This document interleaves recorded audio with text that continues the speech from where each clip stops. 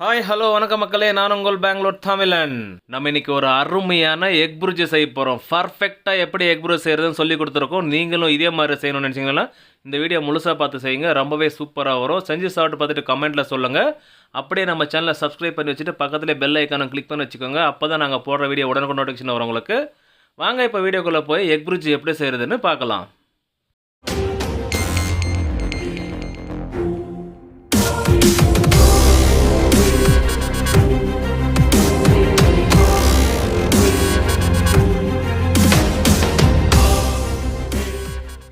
நம்ம இன்றைக்கி எக் புரிஜி செய்ய போகிறோம். அதுக்காக ஒரு கடாயை வச்சுட்டு அதில் 250 ml ஆயில் ஊற்றிக்கலாம். நம்ம செய்கிறது இன்றைக்கி 60 முட்டையை வச்சு எக் புரிஜி செய்ய போகிறோம். ஆயில் சூடேற வந்துருச்சு. கொஞ்சமாக சீரகம் போட்டுக்கலாம், 1 டீஸ்பூன் அளவுக்கு. சீரகம் பொரிஞ்சு வந்ததும் கடுகு போட்டுக்கலாம், 1 டீஸ்பூன் அளவுக்கு. கடுகு நல்லா வெடித்து வந்துருச்சு. இந்த சமயத்தில் பச்சை மிளகாய் எடுத்துருக்கோம். ஒரு 10 மிளகாய் எடுத்து 2 கட் பண்ணி எடுத்துருக்கோம். அதை சேர்த்துக்கலாம். காரத்துக்கு ஏற்ப நீங்கள் சேர்த்துக்கோங்க, இது கரெக்டாக இருக்கும். அடுத்ததாக கருவேப்பிலை போட்டுக்கலாம், தேவையான அளவு. ஒரு கைப்பிடி அளவுக்கு எடுத்துருக்கோம் நம்ம. இப்போ வெங்காயம் சேர்த்துக்க போகிறோம். அதுக்காக 250 கிராம் வெங்காயத்தை எடுத்து பொடிசாக நறுக்கி வச்சுருக்கோம். பார்த்தாலே தெரியும் எந்த மாதிரி பொடிசாக இருக்குன்னுட்டு. இது இதில் சேர்த்துக்கலாம். அப்படியே வதக்கி விடலாம். வெங்காயம் நல்லா வதங்கி வரட்டும். ஓரளவுக்கு வதங்கி வந்த உடனே இதில் நம்ம தக்காளி சேர்த்துக்கணும். அதுக்காக 250 கிராம் தக்காளி எடுத்துருக்கோம், அதையும் சேர்த்துக்கலாம். தக்காளி நல்லா பொடிசாக கட் பண்ணி எடுத்துருக்கோம். பார்க்கும்போதே தெரியும் உங்களுக்கு. நீங்கள் கம்மியான அளவில் செஞ்சாலும் சரி, அதிகமான அளவில் செஞ்சாலும் சரி, நம்ம செய்கிற மெத்தடில் செய்யுங்க, ரொம்பவே சூப்பராக வரும். உப்பு போட்டுக்கலாம் தேவைக்கேற்ப.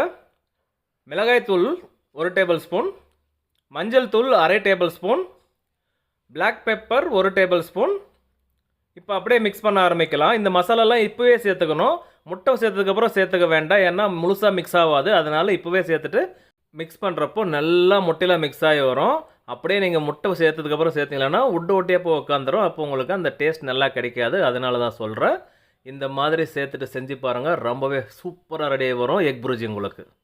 60 முட்டையை உடச்சி வச்சுருக்கோம், அது இதில் சேர்த்துக்கலாம். நம்ம ஒன்று ஒன்றா உடச்சி ஊற்றுறோம்னா முதல்ல போட்ட முட்டை சீக்கிரமாக வெந்துடும், கடைசியாக போட்ட முட்டை வேகாமல் ஆகிடும். அதனால தான் நம்ம எடுத்திருந்த 60 முட்டையும் உடச்சி ரெடியாக வச்சுருந்தோம். இப்போ சேர்த்துக்கிட்டோம். இப்போ மிக்ஸ் பண்ண ஆரம்பிக்கலாம். சீக்கிரமாக ட்ரை ஆகட்டும் அப்படின்னு சொல்லிட்டு ஃப்ளேம் அதிகமாக வச்சிடாதீங்க. மீடியம் ஃப்ளேமில் வச்சுட்டு பொறுமையாக இந்த மாதிரி மிக்ஸ் பண்ணுறப்போ நமக்கு ஒரு பர்ஃபெக்டான எக் புரிஜி ரெடியாகி வரும். பார்க்கும்போதே தெரியும் எந்த அளவுக்கு திக்காகி வந்துட்டுருக்குன்னுட்டு. அதிகமான குவான்டிட்டியில் செய்கிறப்போ கொஞ்சம் பொறுமையாக செஞ்சால் தான் அது பர்ஃபெக்டாக ரெடியாகி வரும்.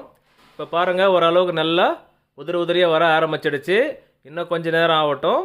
இப்போ ஆல்மோஸ்ட் ரெடியாகி வந்துருச்சு. கொஞ்சம் ஈரப்பதம் இருக்குது, அது ட்ரை ஆகிற வரைக்கும் இதே மாதிரி மிக்ஸ் பண்ணலாம். இப்போ ஒரு பர்ஃபெக்டான எக் புரிஜி ரெடி ஆகிடுச்சிங்க.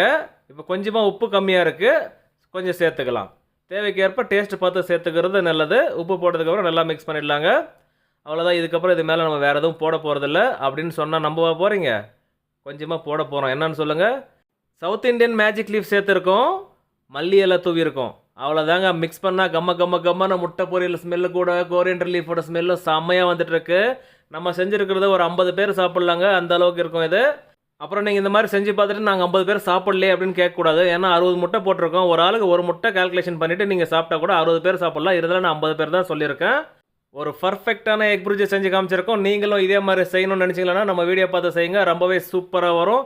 செஞ்சு சாப்பிட்டு பார்த்துட்டு கமெண்ட்டில் சொல்லுங்கள் எப்படி இருந்தது, நான் தெரிஞ்சுக்கிறேன். ஓகே மக்களே, நம்ம செஞ்ச இந்த ரெசிபி உங்களுக்கு பிடிச்சிருந்தா கீழே லைக் பண்ணிட்டு அப்படியே அந்த வீடியோ ஃப்ரெண்ட்ஸ் அண்ட் ஃபேமிலி மெம்பருக்கு ஷேர் பண்ணிவிட்டு சப்போர்ட் பண்ணிவிடுவாங்க. நீங்களும் சப்ஸ்கிரைப் பண்ண பார்த்தா சப்ஸ்கிரைப் பண்ணிவிட்டு பக்கத்தில் பெல் ஐக்கானை கிளிக் பண்ணிவிட்டு ஆல் என்ற பட்டனை கிளிக் பண்ணிவிடுங்க. அப்போ தான் நாங்கள் போடுற வீடியோ உடனுக்குடன் நோட்டிஃபிகேஷன் வரும் உங்களுக்கு. மேலும் சப்போர்ட் பண்ணிவிடுவாங்க. மீண்டும் அடுத்த வீடியோவில் சந்திப்போம். பாய்.